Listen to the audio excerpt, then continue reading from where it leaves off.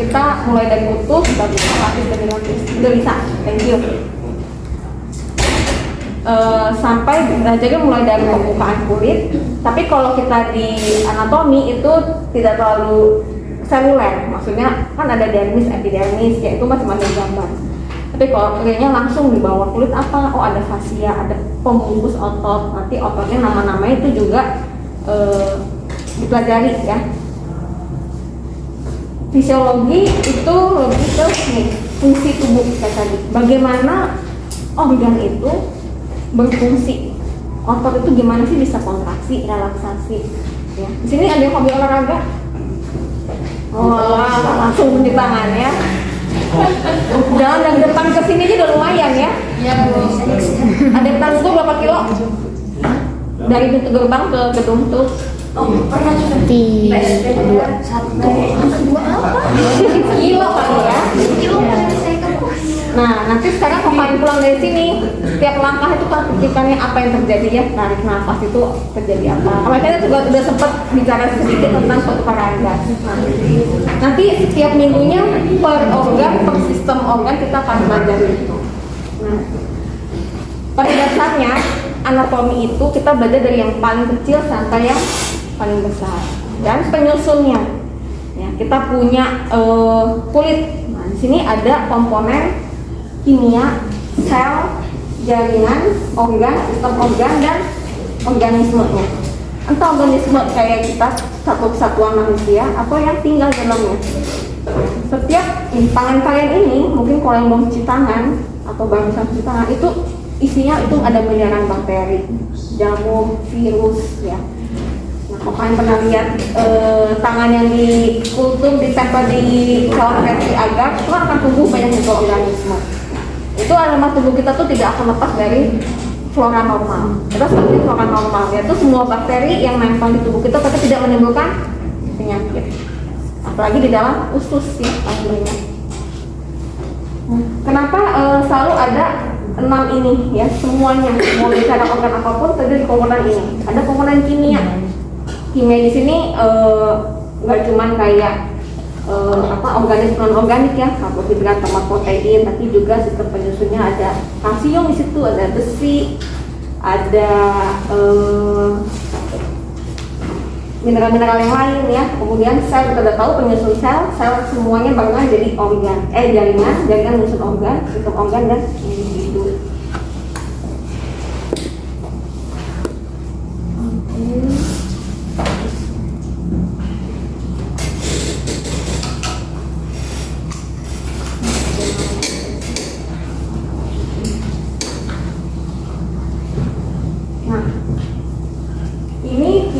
Yang menyusun suatu individu ya. Jadi banyak kalian tahu bahwa ini semua kita semua ya pasti udah tahu apa namanya kotak-kotak kimia itu. Tabel periodik. Nah, tabel periodik. Dulu mesti hafal kan dengan segala singkatannya ya. Masih diingat? Nah, ini ada persennya dari total massa tubuh. Jadi kalau kalian mau tahu kalian punya zat besi sekian 5/1000 ya, 5/1000. Lihat dari sini komponen paling besar dari manusia adalah ternyata oksigen. Ya. Paling banyak ada di mana? Oksigen di darah. Terutama untuk energi ya, ATP. Jaringan juga banyak ya, juga banyak. Pokoknya semua sel kita butuh oksigen ya untuk metabolisme. Ini semua ini ada peran masing-masing ya. Terutama kalau yang paling sering dicek di laboratorium itu adalah elektrolit. Elektrolitnya apakah semuanya? Enggak ya. Paling banyak itu 4 utama: kalsium, potasium, sodium, sama fluorida, fluoride, CF. Natrium, kalium. Kalium tinggi, wah itu udah waspada, bisa henti jantung kapan aja ya kalau ada hiperkaliemia. Terus biasanya gambaran EKG-nya, nanti kita juga belajar ya di mata kuliah ini ada 1 minggu tentang perawatan medis yang terkait dengan fisiologi. EKG, ronsen, kemudian USG ya, USG jantung. Nanti bisa dikorelasikan. Nah, jadi dari yang tadi kimia-kimia itu kan mereka tahu ya ada atom, ada ion, Na itu apa? Na plus, kalium itu 2 plus apa plus? Nah kayak gitu-gitu ya. Nanti peran atom dan ion ini banyak di membran plasma, keluar masuk, nanti ada gambarnya, keluar masuk senyawa segala macam lewat membran sel itu lewat perbedaan ion, perbedaan tekanan. Kemudian ada juga lewat kayak nanti kita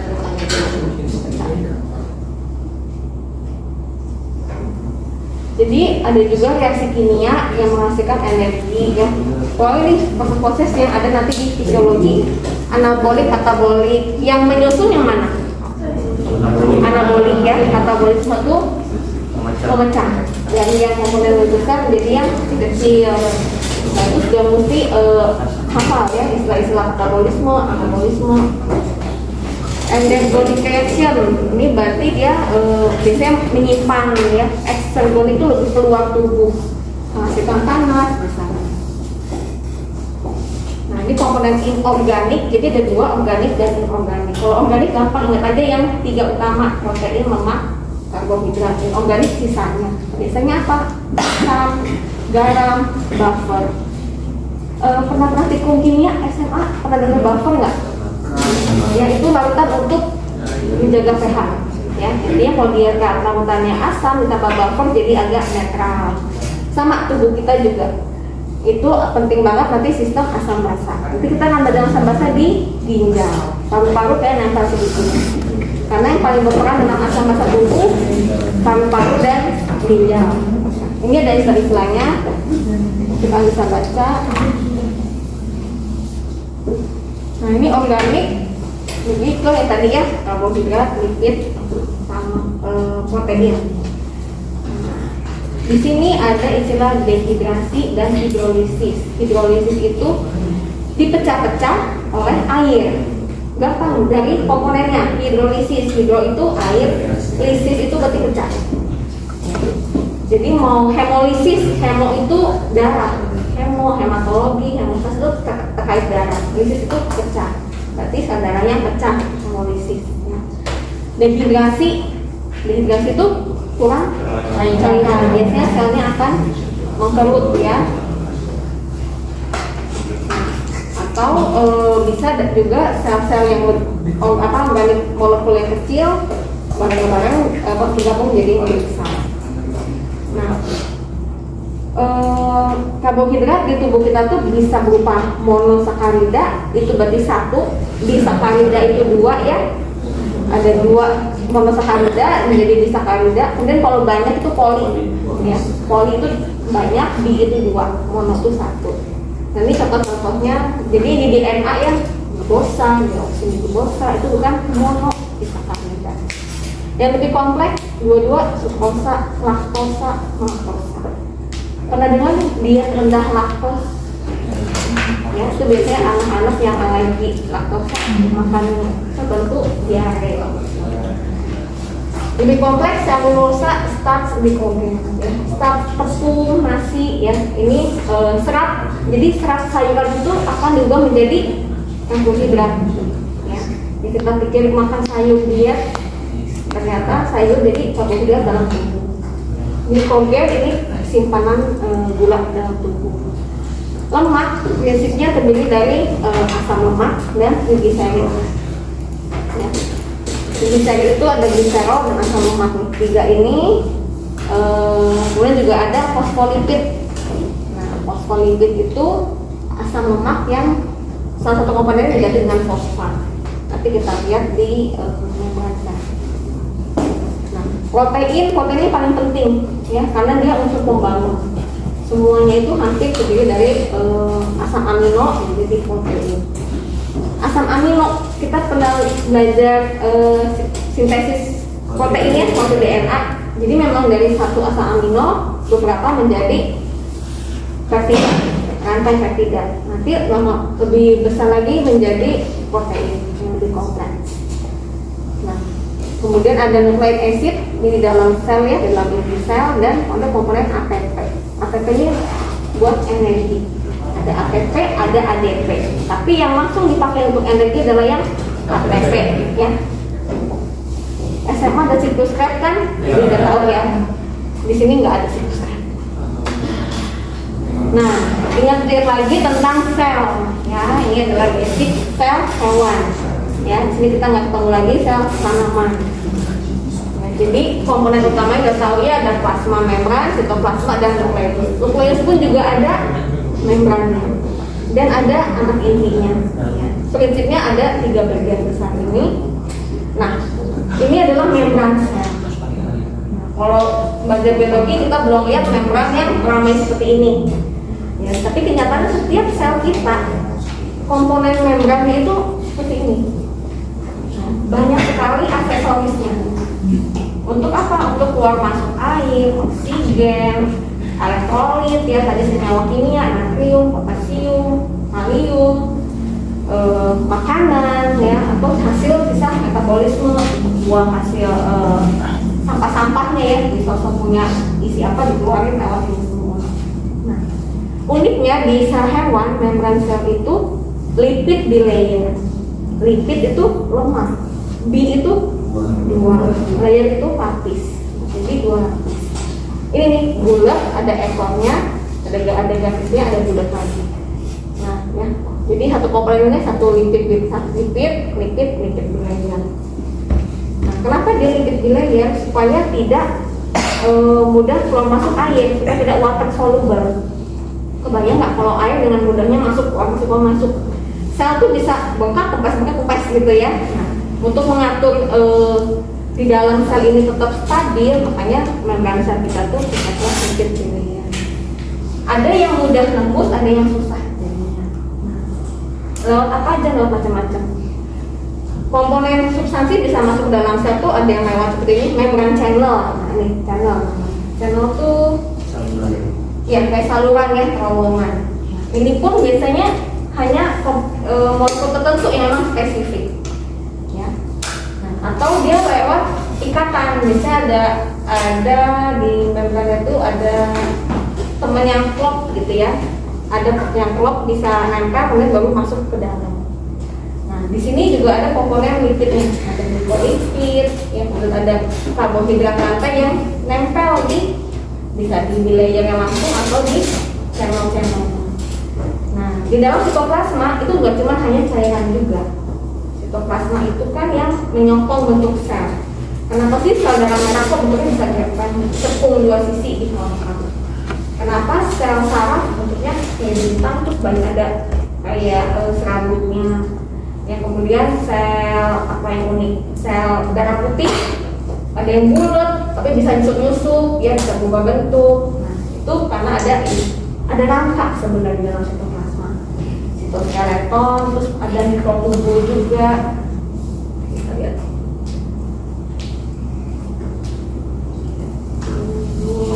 Nah, ini ya kalian bisa lihat di sini nih ada kayak rambut-rambut halus di sitoplasma. Sebenarnya sel kita sendiri pun sudah ramai banget ya isinya. Cuma prinsipnya hampir semua sel tubuh seperti itu, ada membran, sitoplasma, dan ada inti. Cuman organelnya. Oke, ini bisa dibaca. Karena penting-penting aja ya. Nah, ini keluar masuk komponen dari dan ke dalam membran itu ada melalui macam-macamnya, ada perbedaan konsentrasi. Nah, ini berarti kalau konsentrasi di dalam lebih tinggi, dia dengan mudah bisa keluar. Atau di luar lebih tinggi konsentrasinya, dia masuk ke dalam sel. Ada juga selective permeability. Nah, ini berarti istilahnya permeabilitas selektif, dipilih-pilih ya. Seperti di otak kita itu ada namanya sawar darah otak, blood brain barrier ya, BBB. Nah, itu adalah kayak selaput yang mencegah molekul tertentu itu bisa masuk ke area otak. Nah, glukosa, oksigen itu dengan mudah menembus BBB tadi, blood brain barrier. Tapi senyawa yang lain misalnya kayak kreatinin atau racun hasil metabolisme obat-obat racunan itu tidak mudah ya, karena kan sangat dilindungi ya otak kita. Nah, itu contohnya. Nah, kemudian tadi di lipid bilayer juga ada channel, ada carrier nih ya untuk membawa Kalau ke molekul tergantung ukurannya, size-nya, kemudian tergantung muatan elektronnya, itu juga pengaruh. Nah, di sini ada contoh-contoh mekanismenya: difusi, osmosis, ya, ada transport aktif, endositosis, dan contohnya. Mau bawa apa? Mau bawa elektrolit, transport aktif, bawa oksigen, dia difusi, berarti difusi lebih mudah keluar masuk, ya, karena bentuknya gas. Misalnya dibuat keluar masuk hormon, nah ini kan udah bentuk protein, ya, bentuk molekul, pakai eksositosis, berarti lewat lisosom, gitu ya. Eksositosis itu ada dibungkus, kemudian masuk ke nempel ke membran sel, kebuka. Ini sitoplasma, ya, itu ada mikrotubul, seperti ada rangkanya, kemudian ada filamen. Dan isi-isinya, ya, saya nggak bahas lagi, organel. Di badan Golgi aku masih organel dan nukleus. Nah, hampir semua sel tubuh ada inti, tapi ada juga selnya yang nggak punya inti. Sel apa? Ada yang tahu? Sel tubuh kita yang tidak punya inti, tapi disebut sel. Ada pernah DBD? Dicek apa sih demam berdarah? Nah, trombosit itu tidak ada inti sel. Dia disebutnya keping-keping darah. Sebenarnya trombosit itu adalah sitoplasma yang lepas. Tadinya dia selnya besar, ada intinya, cuma sitoplasma itu kayak kesobek sedikit-sedikit pada di trombosit. Sama sel darah merah, ya, sel darah merah kita tidak ada inti. Sel yang lain, kayaknya semua ada, ya, karena kita tahu ya inti sel isinya apa? Isinya apa?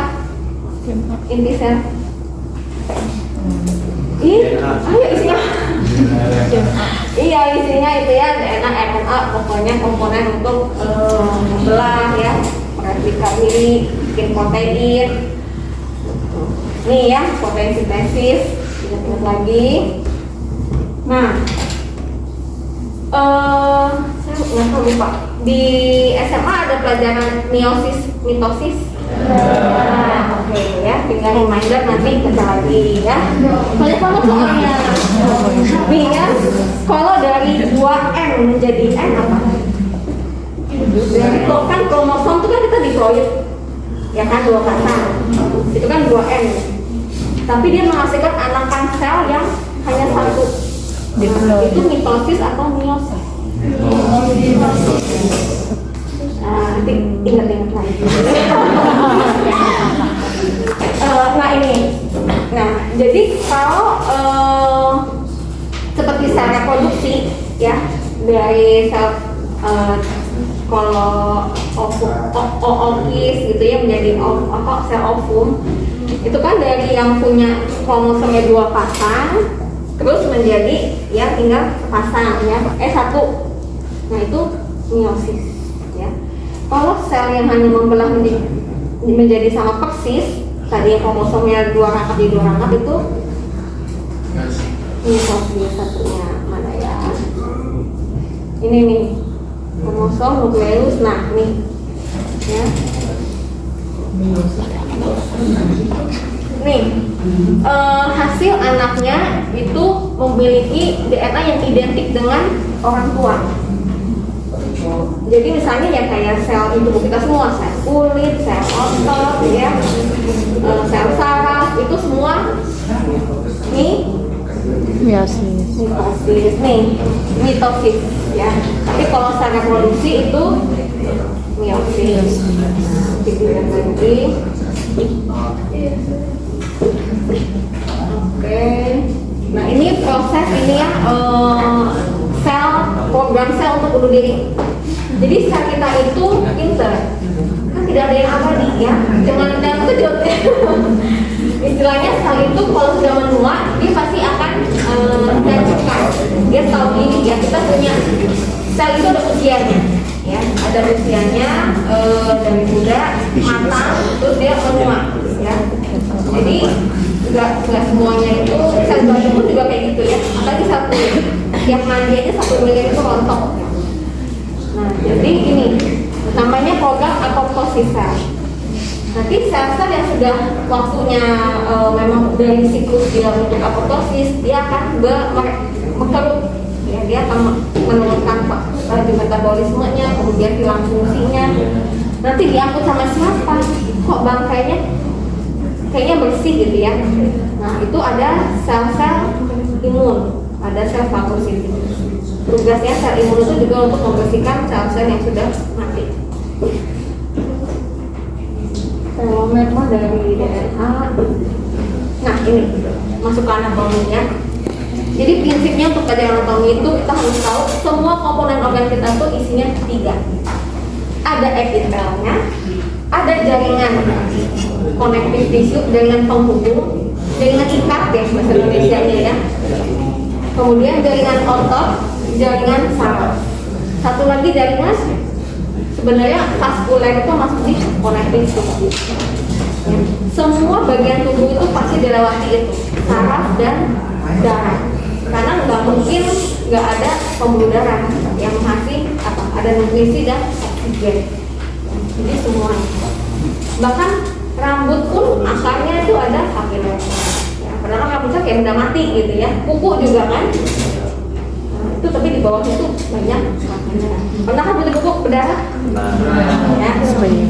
Nah, di sini ada istilah histologi dan patologi. Histologi itu ilmu yang mempelajari jaringan sel, ya. Jadi nanti belajarnya pakai mikroskop tuh. Misalnya ada TB kelenjar, tuberkulosis kelenjar nih, atau ada benjolan di leher, di ketiak, terus diambil sedikit jaringannya, atau dioperasi sedikit, diambil sedikit, dipotong tipis sekali, dikatakan dilihat. Nah, itu sel apa? Ada sel, ada bakteri kah, ada sel imun, atau ada keganasan.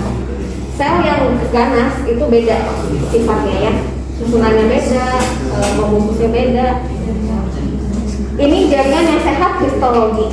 Kalau jaringan yang sakit kita pelajari namanya histopatologi. Patologi seperti semua yang lain berubah, entah berubahnya nggak ada jadi lebih baik ya, selalu jadi yang buruk biasanya. Kalau patologis itu orangnya, ilmuwannya, ya ahlinya.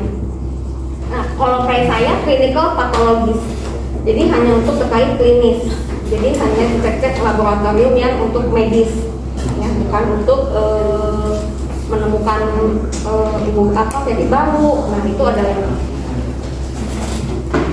nah epitel ya yang ketika tadi udah sempat nggak ya epitel biologi nggak? Ada ya. Jadi ini epitel itu yang membungkus atau menyelimuti. Nah, saya nggak tahu itu. Semua yang bentuknya saluran pasti ada epitelnya. Ya. Terus yang sifatnya membungkus itu pasti semua ada epitel. Epitel ini terdalam atau terluar. Ya. Kayak rongga mulut, rongga hidung, mata. Nah, itu ada epitel paling luar. Makanya basah, dia nggak boleh kering ya, rongga mata, rongga mulut. Ini bentuk-bentuknya dan susunannya. Selapis, berlapis-lapis, atau dia stratified tapi bentuknya beda. Ya, ini ada yang hiboid, terus ada yang kolumnar. Ya, ini atau bentuknya macam-macam. Terus bahkan ada yang punya aksesoris, ya, ada fili-fili. Yang punya fili-fili ini biasanya, nah, kenapa? Buat apa? Buat penyerapan. Supaya memperluas area penyerapan. Kebayang nggak kalian kenapa sih punya fili ini memperluas area penyerapan? Sebenarnya kalau usus tuh lebih ke begini-begini ya filinya. Ya karena dengan bentuknya begini itu lebih luas kan dibanding dia rata. Tapi kalau filinya benar-benar berupa rambut dan bisa bergerak, itu di organ apa? Ada yang tahu?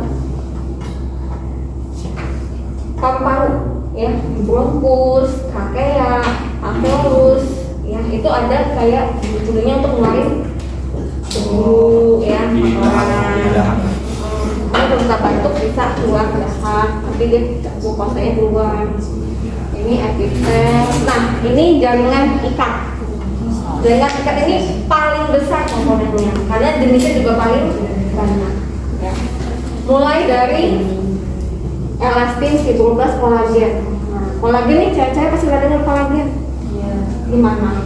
Di kulit, ya. Tapi nggak cuma di kulit, di tulang juga ada. Ini jaringan yang ngisi, ya, jaringan pengisi. Bukan pegang kulit, ini juga banyak kan jaringan connective tissue isinya. Kemudian otot, ya, jadi otot, jadi fibroblast, kolagen. Kemudian ini cartilago, ya, tulang muda. Ini lemak, nih. Ini adalah sel lemak. Ini selnya, yang biru-biru ini intinya. Terus yang putih ini organelnya. Ya, ini semua isinya apa? Lemak, cadangan lemak. Nah, sel lemak kita ini adalah langsung pegang perut ya. Sel lemak ini sel yang paling gampang berubah bentuk. Tapi dia sekali bengkak atau dia sekali bertambah banyak, susah menciutnya. Ya nggak? Lebih mudah menggemuk daripada ya. Nah, karena dia bentuknya seperti ini, jadi dia punya fangbola untuk menyimpan lemak. Dan ini unlimited, ya, dia bisa makin besar dan besar dan tidak pecah hebatnya ya. Nah, itu nomor satu rahasia Tuhan. Nah, ini tulang, ya. Jadi tulang kita itu punya format seperti ini, ya, bulat-bulat. Ini bukan ini ya sel laba-laba.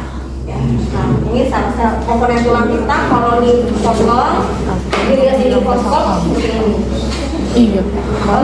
Mungkin kalau ada mikroskop bolehlah tulang ayam gitu ya. Nah, ini sel darah ya. Jadi darah itu sendiri sudah berupa jaringan, tapi bentuknya cair ditambah seluler. Ya, ada darahnya yang air, kemudian isi sel darah. Nah, ini kebetulan di sini trombositnya bentuknya seperti ini ya, platelet. Memang bentuknya keping-keping, gepeng-gepeng. Cuman kalau di mikroskop biasanya bentuknya bulat, ya, nggak kayak begini. Cuma mungkin kalau ininya terus. Nah, ini sel darah merah. Nah, ini makrofag. Ini makrofag neutrofil monosit itu bisa menyusup di antara epitel pembuluh darah keluar ke jaringan. Kita tahu epitel kan rapat ya, nah, tapi dia bisa ada celah sedikit untuk sel darah putih itu keluar. Yang bentuknya bulat dan seperti ini pun dia bisa gepeng lah, kayak apa ya, kayak main squishy gitu, bisa begini bentuknya ya, bisa jadi. Nah, semua ini penyusun dari anatomi tertentu.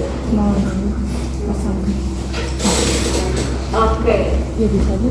Nah, kalau dari perkembangan atau pembentukan jaringan itu ada lagi ilmunya, ilmu embriologi. Ya, gimana dari dua sel berkembang menjadi embrio, jadi janin, jadi bayi. Ya. Nah, itu mulai dari embryonic connective tissue. Nah, ini udah berkembang dari zaman embrio menjadi fetus. Intinya kita tuh punya jaringan ikat yang embrionik dan yang sudah matur, yang sudah matang, ya. Nah, pada bayi pun itu belum ada jaringan bone tissue, belum ada. Semua tulangnya masih cartilago. Begitu kayak udah sembuh ini, cartilagonya tinggal di mana? Sisanya sama di tadi apa? Sendi. Sedikit ada cartilago, kuping. Terus satu lagi di hidung, ya, itu sisanya. Karena udah ada maturasi ya, terus ada masuk banyak kalsium, magnesium sehingga tulang makin padat dan panjang juga dan berat.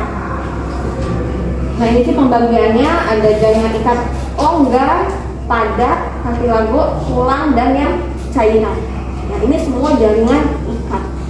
Jadi tadi ada jaringan apa aja? Epitel, ikat, otot, nafas, ya. Nah, jadi connective tissue-nya udah banyak banget ya. Areolar, adipose yang lemak, vasikular, ini ya ada istilahnya juga ini. Nanti kita lihat gambarnya ya. Ini longgar ya. Berarti yang hal-hal bisa dicubit. Nah, kayak gini nih, yang bikin kayak gini itu adalah yang longgar. Yang padat ini lebih kayak tendon, ya. Tendon itu kan sebenarnya keras ya. Itu padat. Cartilago, tulang, liquid berarti cairan. Kelenjar getah bening itu ada pembuluh getah bening, itu juga isinya cairan dan darah. Nah ini otot, diulang lagi, ada otot polos, jantung, otot lurik ya bahasa Indonesia-nya, sama. Makanya saya nunggunya gak pernah ngakak gitu ya.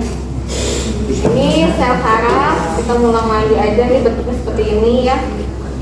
Sebenarnya secara umum seperti ini, tapi ada modifikasinya ya, tinggal dia saraf motorik atau sensorik gitu. Nanti ada yang aksonnya yang panjang atau yang si mielinnya yang panjang atau di sininya yang panjang.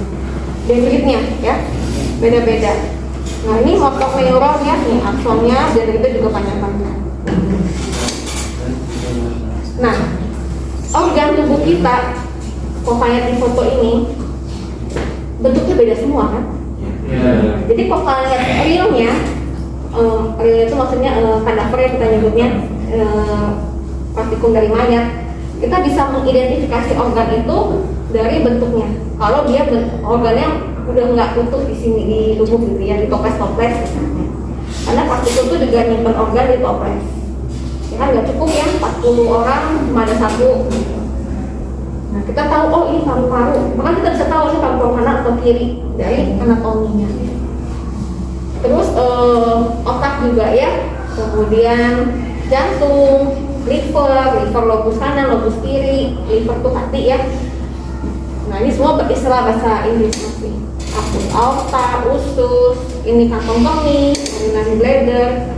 Nah sebenarnya bahkan di setiap ini paru-paru ya, kalau paru-paru kanan kiri yang ini. Kiri. Nah, di kiri ya lobusnya ada 3, kanan ada 2. Bahkan celahnya ini ada namanya. Ya. Oh, ujungnya ini ada namanya, gitu ya. Semua itu ada namanya. Kalau di anatomi nanti kalian buka Sobota, nanti kita buka sama-sama Sobota ya.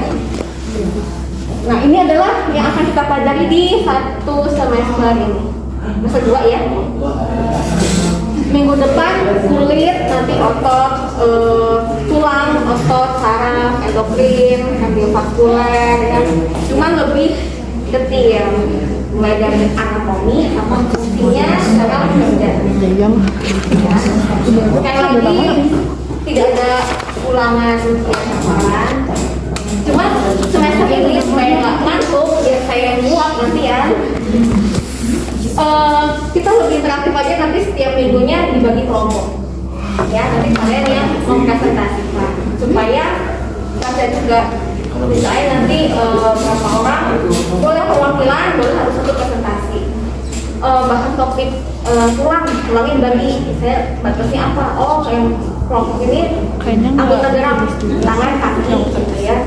Satunya tulang penopang tubuh, berarti vertebrae, tulang belakang sama usus. Nanti kita atur ya. Tapi ini semua yang tadi pelajari. Tapi menurut dong masih unik juga sih. Nah, ini tadi yang di awal ya, komponen dari makhluk hidup, mulai dari ininya, sel, jaringan, organ menjadi individu. Nah, ini gambarnya kalau di klasifikasi. Nah, di fisiologi atau untuk fungsi tubuh itu berjalan, ada namanya homeostasis. Pernah dengar? Apa sih kalau kedengaran homeostasis itu apa? Kepikirannya apa? Seimbang ya, keseimbangan semuanya regulasi.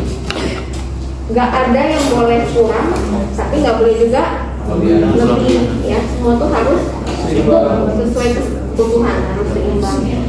Nah ini kalau tubuh itu berada di titik equilibriumnya, itu semuanya body regulationnya akan berjalan dengan baik, regulasi tubuh ya.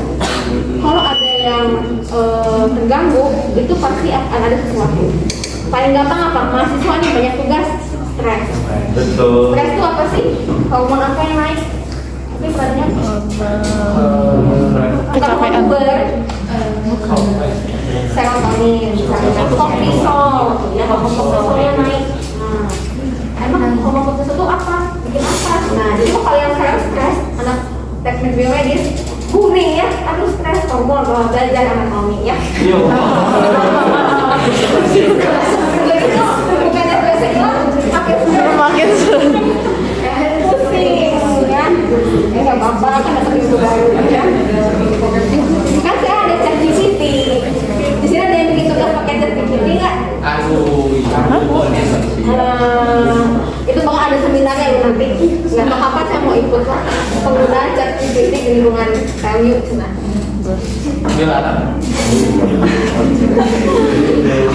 Nah ini ya, jadi intinya homeostatis itu menjaga komposisi itu, komposisi cairan tubuh, di darah, ya, di paru itu semuanya seimbang, komposisinya benar.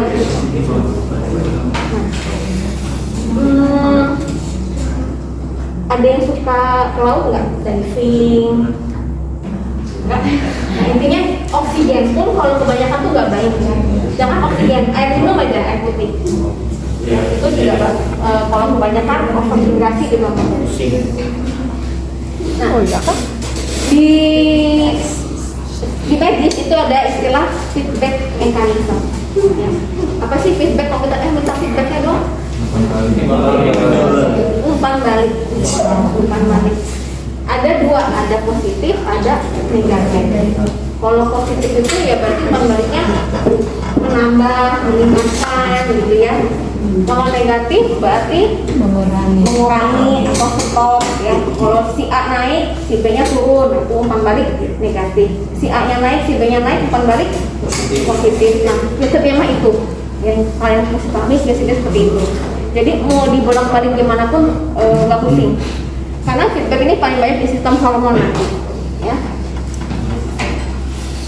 Nah, kemudian pada prinsipnya empat itu ada reseptor, berarti yang menerima sinyal, kontrolnya, dan efektor yang memberikan efek, ya, yang mengeluarkan sinyal, yang memicu.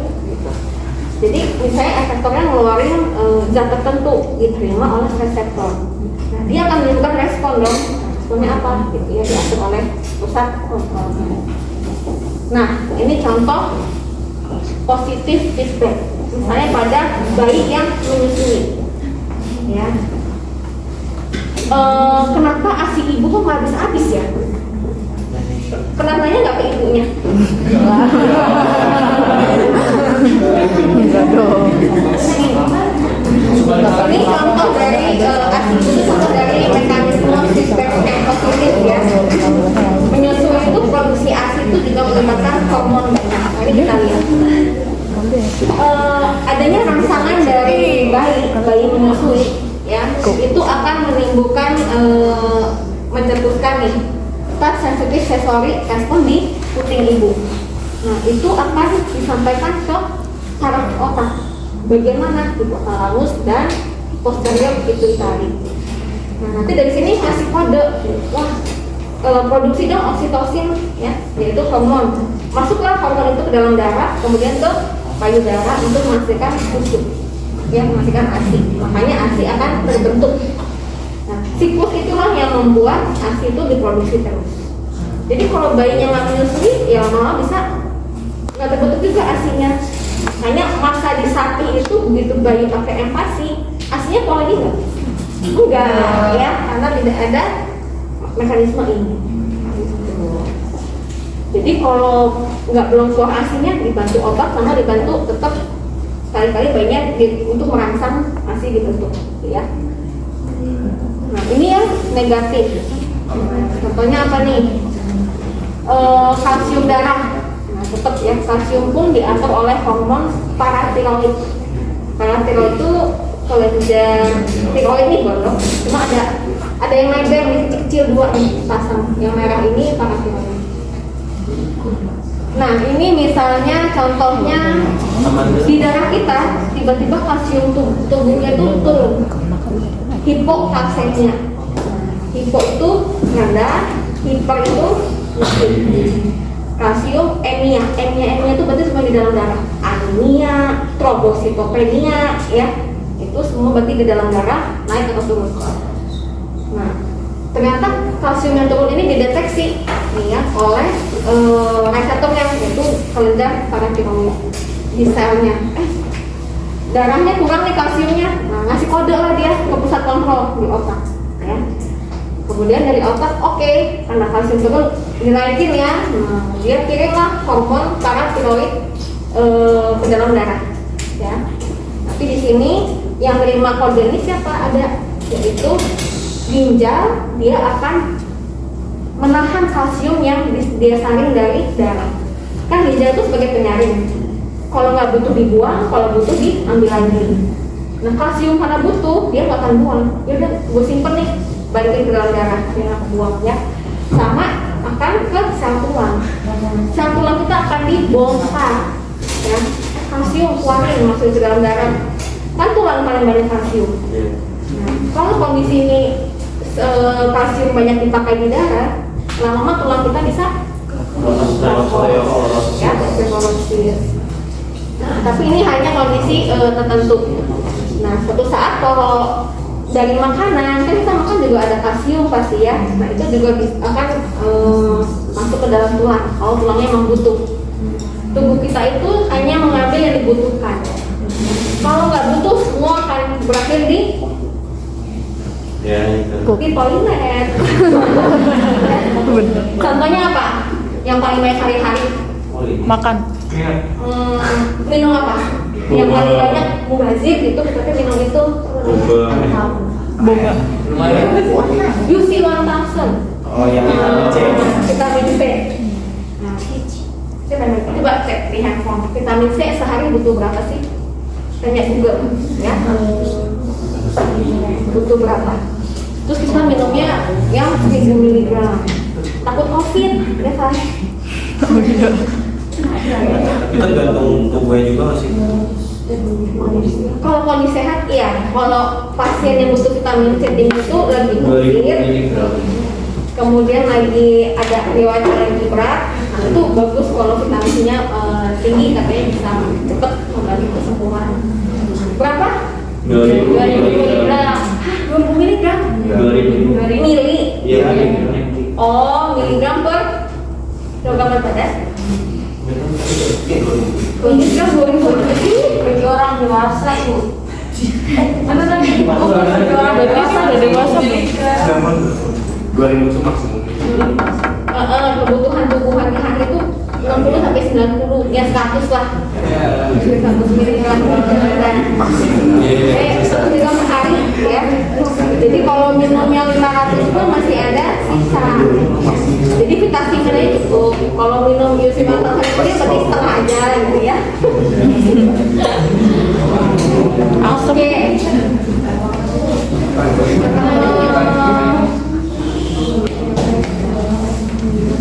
Nah, satu waktu tubuh kita tuh mungkin tidak bisa menjaga keseimbangan tubuhnya, ya. Makanya semua orang pasti pernah ada fase namanya sakit. Ya. Misalnya apa? Infeksi, ya, kemasukan kuman, entah tertular, kena virus, paling sering itu sebenarnya viral infection. Dan hampir semua virus infeksi itu bisa sembuh sendiri. Ya, hampir semuanya. Tapi kalau bakteri belum tentu. Ya, nanti kita bahas di yang imun. Nah, penyakit itu bisa ringan, sedang, dan berat, ya. Kalau yang berat bisa menimbulkan kematian juga pasti. Contohnya pada otot berat, ya. Patah tulang servikal itu bisa mati sekejap. Ya, kenapa? Sarafnya, pusat saraf di leher. Kalau misalnya patah, Terus? putus. Nah, terus apa yang bikin dia matinya? Jaringan ke otaknya nggak ada. Nah, ke bawahnya mati semua. Nggak bisa napas. Tulang ekor. Enggak, tulang kaki. Yang ngatur gerakan diafragma, paru-paru ngembang kempis nggak ada. Yang ngatur untuk jantung berdetak nggak ada. Ya, makanya hati-hati ya sama aja. Oh yang bisa. Kalau di Valentine gitu kan, kalau ada yang jatuh cedera, sebenarnya jangan diapa-apain. Ya, jangan dulu kan kadang-kadang gitu ya. Kita nggak tahu dia cedera lagi atau enggak. Jadi diapain? Biarin aja sampai tim medis atau ambulansnya datang. Orang kecelakaan biasanya. Nah, ini ada virus sama bakteri. ya, jamur juga bisa. Cuman jamur itu biasanya pada orang yang imunnya sangat lemah, imunokompromis, imun tubuhnya tertekan. Karena pada prinsipnya jamur itu tubuhnya paling lambat, maksudnya untuk dia berkembang biak itu butuh waktu lama ya. Jadi makanya kalau tuh imun kita itu lemah, dia baru bisa berkembang. Tapi ketome juga akhirnya bukan Ya, itu kan di bagian luar. Bisa ya jamur kuku paling sering kulit. Ya, biasanya kenapa? Higienisnya kurang. Ya, di sisi karena kurang higienis sih kalau jamur. Atau memang bahkan sepatu sering dicuci ya. Itu paling sering. Nah, untuk mendiagnosis suatu penyakit, di sini ada basicnya adalah anamnesis dan pemeriksaan fisik. Ada yang pernah dengar istilah anamnesis? Biasanya kalau misalnya lagi daftar BPJS itu pasti ada anamnesa. Apa itu anamnesis? Biasanya cek darah, terus berat badan. Anamnesis itu adalah ngobrol-ngobrol, nanya-nanya, ya. Oh, iya. Anamnesis itu dokter nanya, Penyakit. sakit apa bu? Udah berapa lama? Gejala pertama kali kapan? Hilang minggu apa terus-terusan? Itu anamnesis. Jadi menggali informasi dari tanya, ya, bertanya langsung atau lewat keluarga. Pemeriksaan fisik ya berarti periksa tubuh ya, dengan atau tanpa alat bantu. Alat bantu apa? Stetoskop, detensi ya, dicek saturasi oksigen, perutnya dicek juga pakai stetoskop atau ditekan-tekan dokter ya. Nah kemudian baru yang advance-nya, penunjang yang tadi cek darah, di ronsen, CT scan, MRI gitu ya. Nah itu pemeriksaan untuk menentukan suatu diagnosis. Nah dibutuhkan ilmu dan skill ya untuk mengetahui penyakit satu dengan yang lainnya. Dan ilmu kedokteran atau ilmu medis itu sebenarnya kayak seni ya, karena manusia itu sangat dinamis. Gejala DBD yang satu dengan yang lain bisa beda. Ya. Tipes yang satu sama yang lain bisa beda. Tapi secara prinsip, oh ini kayaknya mengarah ke tifoid. Oke, nah untuk mempermudah belajar anatomi itu ada beberapa terminologi yang harus kalian pahami, hafalin. Kita nggak nyebut oh depan, belakang, enggak, atas, bawah, enggak ya, anterior, posterior, superior, inferior gitu, supine, cone ya, distal, nah apa nih, mungkin gampangnya, nah, pertama kali ini dulu.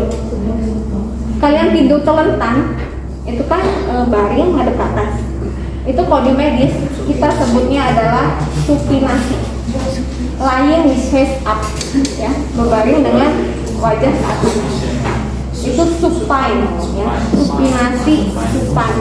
Jadi kalau nanti baca buku atau istilah ini udah kebayang ya, bukan sesuatu yang lihat tengkurap, ya, itu pronasi. Tubuh kita dibagi oleh garis tengah di tengah-tengah, yaitu ada midline, ya, midline garis tengah. Nah, semua yang mengarah mendekat ke garis tengah itu berarti masuk ke arah medial, ya. Nah, berarti bahu lebih medial daripada tangan, ya. Tangan lebih lateral ya, semua yang keluar dari garis tengah itu lateral, di pinggir-pinggir lateral. Nih lateral dari sana ke pinggir. Ini banyak banget nanti ketemu di atas anatomi ya, medial, lateral. Kanan kita nggak nyebut kanan, destra, destra. Kiri itu sinistra. Ke arah bawah nih, ini dari tengah juga ya, ke arah bawah atau menjauhi tengah tubuh itu distal. Ya, ujung jempol tuh distal banget ya di otak. Tapi kalau paha itu lebih proksimal mendekati. Tapi ini lebih ke bawah ya. Distal, proksimal, distal, proksimal tuh mendekati ke tengah. Kemudian kalau dari kanan kirinya medial lateral. Bagian atas lebih superior, lebih saya bilang. Tengah ini dibelah ya, sisi ke atas superior, bawah inferior. Kita nyebut kaki itu ekstremitas inferior. Ekstremitas itu berarti anggota gerak. tangan semua keluar namanya ekstremitas inferior karena di bagian inferior itu kaki, ekstremitas superior itu tangan. Nah itu baru yang bagian depan dari samping nih ya, dari samping perut nih, perut ke depan itu anterior, belakang posterior, ya, punggung ya itu posterior. Nah itu ya superior. Sepalik itu berarti ke arah kepala ya, sepal itu kepala orang. Kaudal itu ke arah tulang ekor ya, di bawah. Tulang ekor itu tulang belakang paling bawah. Itu inferior. Ini banyak misalnya tulang ya. Tulang kita, tulang panggul, kalian coba pegang bagian depan sini. Nah, ini nyebutnya nanti simfisis pubis. Yes, inferior, anterior, superior. Nah, jadi ini tulang panggul yang depan, atas, belakang, depan gitu. Inferior, anterior, superior ya. Nanti kita lihat lah tulang ya. Nanti beberapa komputer nanti saya buka beberapa ini. Ini pembagian cara besarnya ada kepala. Kepala itu ada tengkorak dan wajah, ini dibedain ya. Nanti di atas bisa dibedakan. Kemudian leher, trunk. Trunk itu mulai dari dada, perut sama panggul. Ya, pelvis juga nyebutnya pelvis. Toraks, dada itu toraks, abdomen itu perut, pelvis itu panggul. Upper limb berarti ekstremitas atas ya, mulai dari bahu, ketiak, arm, ya, lengan atas, lengan bawah, sama tangan, ya, wrist itu pegangan tangan. Lower limb mulai dari bokong ya, paha sampai ke bawah, ankle, foot. Nah ini tadi ya istilah-istilahnya, inferior, medial. Jangan sih istilah kontralateral itu berarti kebalikannya. Distal jauh ya, proximal mendekat. Nanti kalian bisa lihat ini contohnya.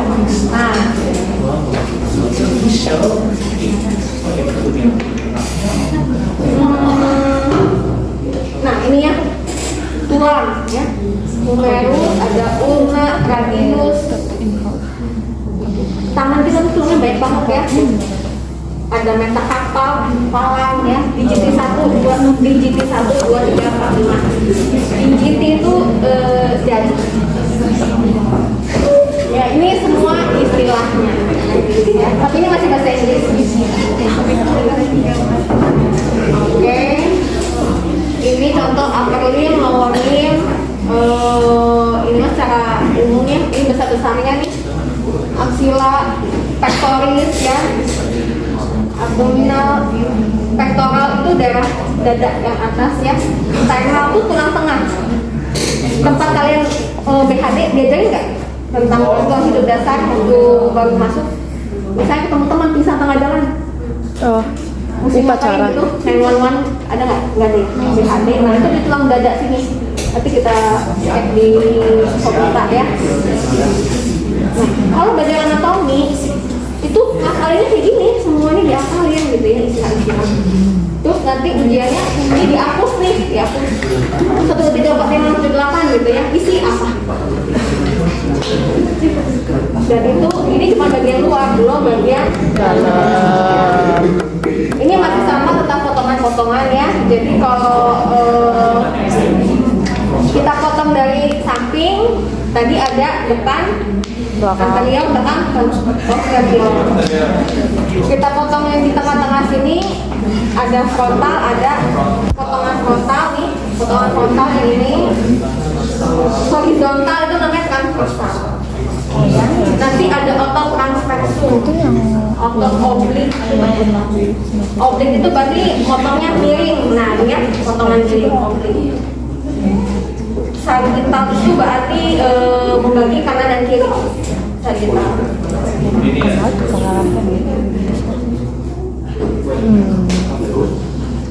Ini istilah-istilah dari pergerakan. Ini lebih mabuk nih ya. Yang lebih pusing. Karena sendi kita kan macam-macam. Ada yang gerakannya cuma satu arah,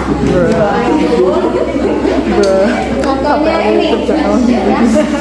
Ini fleksi, ngebuka ekstensi, ya.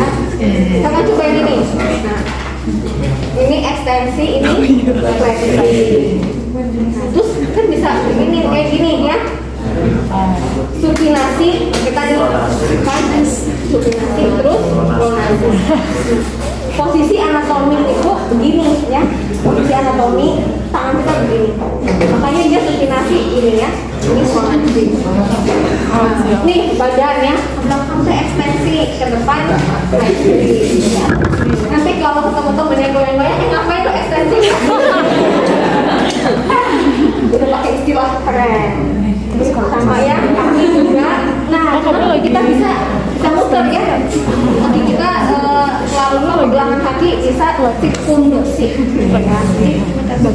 Bisa ke dalam, bisa keluar. Nah, ada istilah abduksi, ada yang aduksi ya, ada ABD, ada ABD. Kalau mendekat ke garis tengah, ADD, aduksi ya, menjalani abduksi. Ini bisa dilihat ya, gampang dan gampangnya aja bisa ngerti. Nanti di rumah supaya apa di ya. Nah, ini tentang kafitas tubuh. Tubuh kita tuh punya ruangan-ruangan, punya rongga-rongga ya. Rongga apa aja? Pertama ada rongga kepala, isinya otak ya, cranial cavity. Karena dia berongga, berarti bisa keisi cairan. Makanya bisa ada pada dalam otak ya. Kemudian rongga vertebrae ya. Jadi sebelum paru-paru itu di antara tulang rusuk ini ada rongga, tapi hampir dikit lah. Nah, di dalam rusuk itu ada paru-paru. Paru-paru itu kan kembang mentis. Kok dia nggak meletus gitu ya? Nah, itu ada pleura ya, ada bantalannya yang menjaga dia bisa dengan mudahnya dia gerak. Ada pleural cavity, kemudian jantung juga. Jantung kita kan nggak bisa diam kan, detak terus ya. Nah, itu ada yang bungkusnya pericardial cavity. Kemudian ada tulang mediastinum. Semua cavity ini rata-rata isinya ada cairan ya. Abdominopelvic cavity ini juga ada perut, ada namanya rongga peritoneum. Ya, itu juga isinya ada cairan. Tapi itu sedikit dan semuanya itu untuk bantalan goncangan ya dari pergerakan. Pelvis juga ada. Ini nih ya, di sini perutnya ini thorax, kranial. Kranial kita kavitasnya sampai ke tulang. Nah, makanya kalau sakit meningitis itu diambil cairan otaknya bukan diambil di kepala, diambilnya di tulang belakang, di pinggang biasanya, di lumbar 1-2 area tertentu yang relatif aman. Ditusuk, disedot, diambil ya. Nah, ini cerita tentang kavitas yang di perut dan panggul. Untuk memudahkan tentang penelitian, menyamakan persepsi sedunia tentang area perut dan panggul itu dibagi 4 kuadran dan 9 kuadran ya. Ini kuadran kanan atas, di atas, kanan bawah gitu ya. Kalau ini beda istilahnya. Ini menggunakan area hipokondrik. Nah, pusing ya. Hipokondrik kanan, lumbar, inguinal ya. Hipogastrik. Ini semua istilahnya. Waktu dibagi jadi 9. Gampang ingatnya gimana? Di sini ada tulang apa? Tulang inguinal. Nah, itu inguinal kanan atau kiri gitu ya. Kemudian di tengah-tengah ada pubis, berarti area pubis atau hipogastrik. Nanti di bawah lambung. Lambung kita di mana di sini? Ya. Nih. Epigastrik, nyeri ulati. Di sini kan sebenarnya nyeri ulati ya. Itu sebenarnya adalah nyeri di area epigastrik. Umbilikal itu apa? Pusar. Pusar ya, itu umbilikal tengah-tengah. Nah, ini area tulang lumbar, makanya namanya lumbar, tinggal kanan ke kiri. ini yang tadi kapasitas-kapasitasnya dan pembentuknya ya, buat apa aja. Oke. Nah, ini sekilas tentang peralatan. Ini bisa lebih menarik ya. Ini adalah semua modalitas di kedokteran saat ini untuk melihat anatomi tubuh. Mulai dari yang sederhana sampai yang paling advance saat ini ada. Ya. Paling jadul mah cuma pakai kamera, endoskopi, ya. Endoskopi, kolonoskopi, laparoskopi, artroskopi. Kolonoskopi berarti untuk lihat kolon itu apa? Usus besar. Laparoskopi. Oh, yang parent. Ini mah tindakan operasi yang cuma pakai saya tanya sedikit, masukin teropong pada kamera, ya. Kamera tuh buat misalnya ngambil batu empedu. Nah, dokter tinggal bikin 3 lubang aja, 1 lubang buat nampung empedunya, 1 lubang untuk kameranya, 1 lubang untuk pemasoknya. Artroskopi itu dari kata artinya sendi. Ya. Artritis gitu semua artinya terkait sendi. Jadi ini buat meropong sendi. Biasanya orang tua yang udah pengasuran sendi lutut atau bengkak itu diteropong pakai kamera. Nah, udah neropong misalnya pakai X-ray, mulai dari ronsen paling gampang. Ada yang belum pernah di ronsen di sini? Ronsen apa? Ronsen foto toraks. Foto apa? Masuk kuliah MCU gitu, SPMB gitu enggak ya? Pernah? Sakit? Enggak? Jadi kecil up MCU? Hah? Sampai Oh, foto gigi? Pernah apa? Kecelakaan? Doang ya?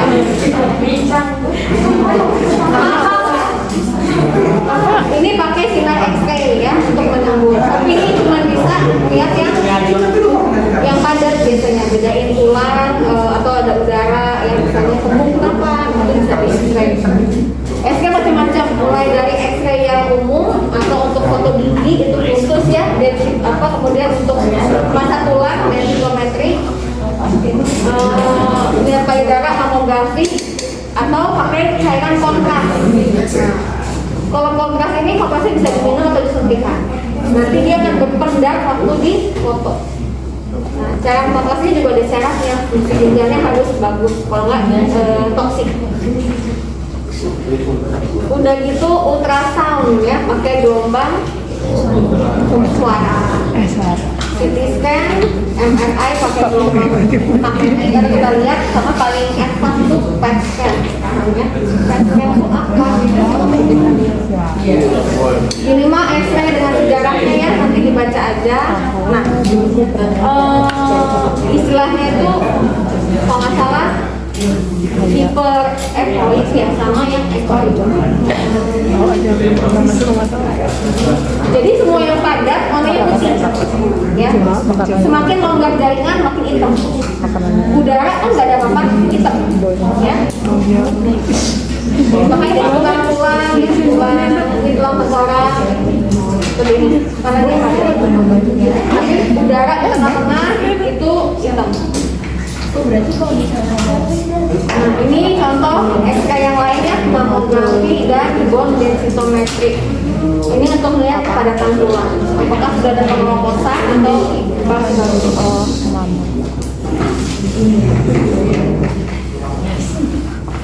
Nah, ini juga untuk bedain ya, kalau dia ada keganasan, ada massa yang keras, itu akan lebih putih, lebih padat putihnya. Nah, ini contoh pakai kontras yang tadi untuk mengukur apa? Untuk melihat udara, lihat ginjal, lihat usus ya. Jadi pasien itu disuruh minum atau disuntikan cairan yang mengandung senyawa kontras yang radio opak. Waktu di foto radio opak tuh berarti warnanya putih gitu ya.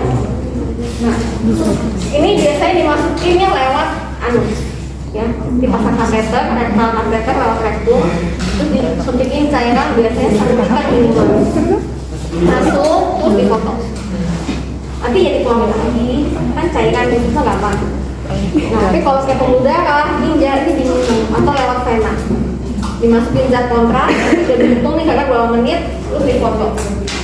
Kan kelihatan nih, ya ini urin. Bayangin urin kan terbentuk. Lama-lama dia turun ke tampung. Nah ini pasti orang lagi kebelet pipis karena kan ya ini perlu banget. Ini contoh untuk melihat sumbatan pembuluh darah jantung. Kita juga scan lab ya, kateterisasi laboratorium. Jadi tempat dokter pasang ring jantung. Kalau ada dokter yang pernah pasang ring jantung, nah dia masukin kamera kecil atau alat gitu ya, dari pembuluh darah paha sampai ke jantung, panjang. Nanti bisa untuk lihat pembuluh darah mana yang mampet pasang ring. Semuanya dipandu oleh alat kardiologi. Tanpa alat kayak gini, dokter nggak akan tahu pembuluh darah yang mana. Langsung lihat di layar aja, pasiennya baring. Dokternya cuma lihat layar aja, oh masuk, pasang ring apa. Tapi kayak kerasa gitu nggak? Ini USG ya, ada nama dari keluarga penonton USG. Pernah semua. Belum pernah. Nah, USG itu lebih sulit melihatnya ya, itu butuh jam terbang karena bentuknya biasanya lebih abu-abu, hitam putihnya tuh tidak spontan radio X-ray. Nggak pernah lihat. Ini pakai gelombang suara. Ini CT scan tuh kayak X-ray cuman langsung multiple slice. Potongan-potongannya itu sangat rapat dan banyak. Bisa kerapatannya tuh hanya 5 mili. Jadi tubuh kita, kebayang nggak setiap 5 mili di foto? 5 mili dalam 5 mili. Ini jari 1 cm.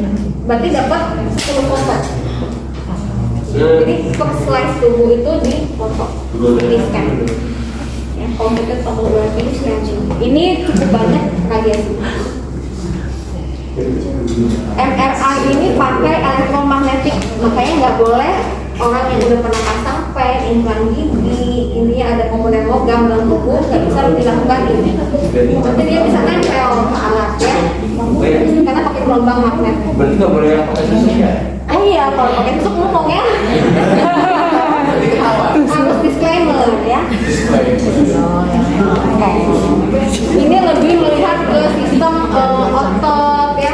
Kalau untuk saraf digestif, otot saraf itu lebih bagus. Nah ini yang paling advance, ini belum banyak ya. Di Bandung juga cuma ada 1, PSAS. Jadi PET scan ini menggunakan positron ya. Ini kayak ini menggunakan sinar gamma. Tapi nggak ada yang jadi hook di sini ya. Ini gamma. Nah di sini pasien juga akan dikasih cairan kontras. Jadi dikasih label gitu, minumannya itu dikasih zat radioaktif kontras supaya nanti waktu difoto itu akan berkedap. Kok nggak ada contohnya ya? PET scan paling banyak digunakan untuk pasien keganasan, untuk tahu penyebaran kanker di mana aja. Karena cairan yang diminum itu banyak diambil untuk menandai sel-sel yang sangat aktif metabolisme. Sel yang paling dilamakan bila kerja itu sel kanker. Ya, taunya ngambil nutrisi oksigen untuk memperbanyak diri, untuk ekspansi kemana-mana. Nah, jadi kalau dia berpendar di dalam PET scan, kemungkinan pencegahannya itu tidak ada penyebaran. Kalau ada satu tempat, kemungkinan hanya di situ aja. Jadi digunakan untuk keganasan.